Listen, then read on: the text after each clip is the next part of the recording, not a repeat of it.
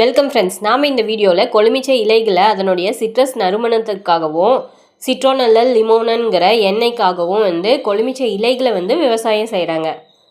கொழுமிச்சை இலைகள் எதுக்காக பயன்படுது அப்படிங்கிறத பற்றி நம்ம இந்த வீடியோவில் பார்க்கலாம். கொழுமிச்சை இலைகளில் பாக்டீரியா எதிர்ப்பு பண்புகள் இருக்கிறதுனால இது வாய் துர்நாற்றத்தை எதிர்த்து போராடுது. வாயில் உள்ள பாக்டீரியா கட்டுப்படுத்துது.